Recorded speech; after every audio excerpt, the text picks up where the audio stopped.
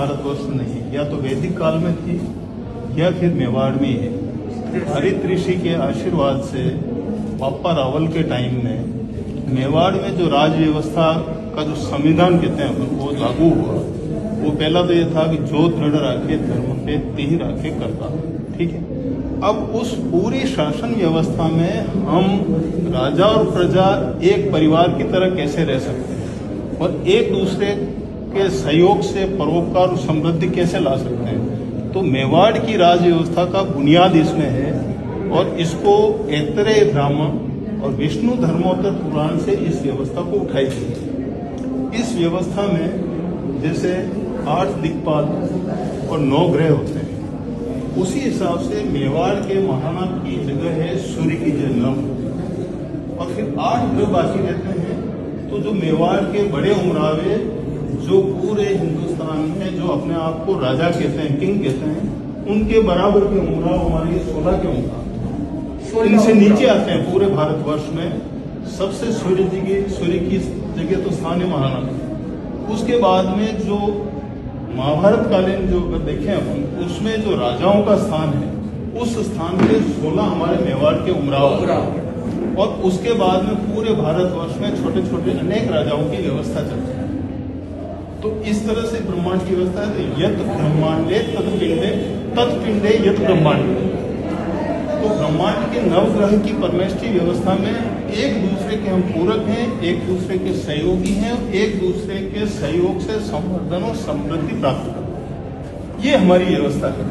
इसी वजह से मेवाड़ का 1400 साल तक अखंड राज्य चला, जिसमें कोई इंटरप्शन नहीं है।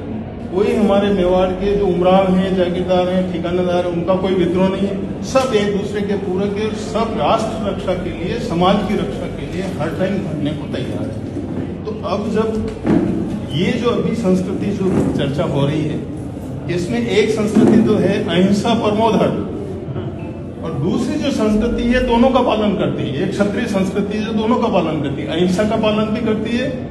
अहिंसा परमो धर्म, धर्म हिंसा तथैव च, जो महाभारत में शांति पर्व में जो श्लोक लिया गया है, उसमें यह है कि हम अहिंसा का पालन भी करेंगे और उसके बाद में हम धर्म की रक्षा के लिए तलवार भी उठाएंगे और उससे हिंसा, उसके लिए हिंसा जहां आवश्यक है वो हिंसा भी करेंगे। इसका एक छोटा सा समय नहीं है अभी, क्योंकि 4 बजे वापस प्रोग्राम। एक महाराणा कुंभा का उदाहरण देना चाहूंगा, उससे पूरे मेवाड़ की राज व्यवस्था समझ में आ जाएगी। उसमें यह है कि महाराणा कुंभा के टाइम की समृद्धि को हम देखें।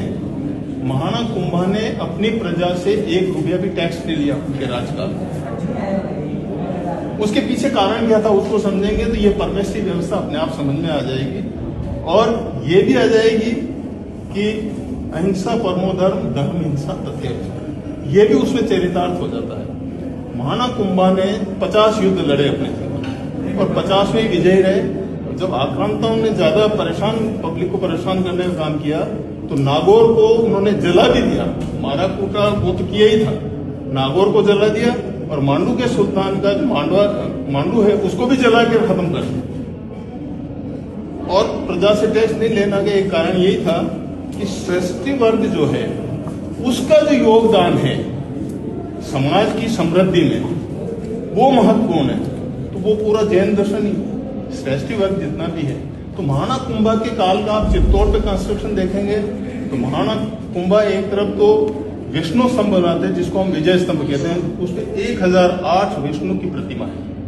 तो दूसरी तरफ श्रेष्ठी वर्ग जो है वहीं चित्तौड़ किले पे कीर्ति स्तंभ बनाते हैं और वहां जैन मंदिर स्थापना करते हैं। इसी तरह से आप कुंभलगढ़ में भी वो देखेंगे और अचलगढ़ देवगढ़ में भी वापू पे भी ये देखेंगे। तो हमारी व्यवस्था इतनी है कि कुंभा ने इन सभी दर्शन को आत्मसात किया, और कुंभा जैसा जो बहुआयामी व्यक्तित्व है ऐसा आज तो कोई पैदा नहीं हुआ। तो ये थोड़ा सा समय तो लिया मैंने, परंतु आपको मेवाड़ की और इसके समझ के लिए मैं एक पुस्तक लिखी है मैंने राम मंदिर ट्रस्ट के लिए, वो मैं आपको लेके आया हूँ भेंट करने के लिए। इसमें ये व्यवस्था सब है। रघुवंशी राम के उत्तराधिकारी, ये अभी 2 महीने पहले ही पब्लिश हुई है राम मंदिर ट्रस्ट के लिए, और ये गुरुदेव के